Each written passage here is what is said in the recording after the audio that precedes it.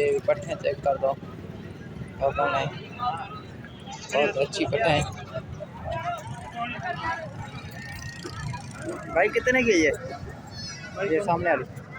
80,000 की गबन। 80,000 गबन है, दादा में खीरी है। ये दो जान ये कितने की है? 75,000 की। ये वाली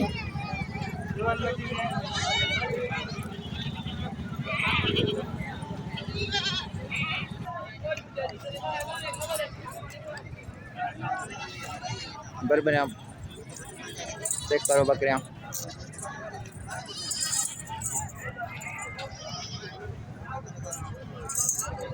कितने का लाते भाई?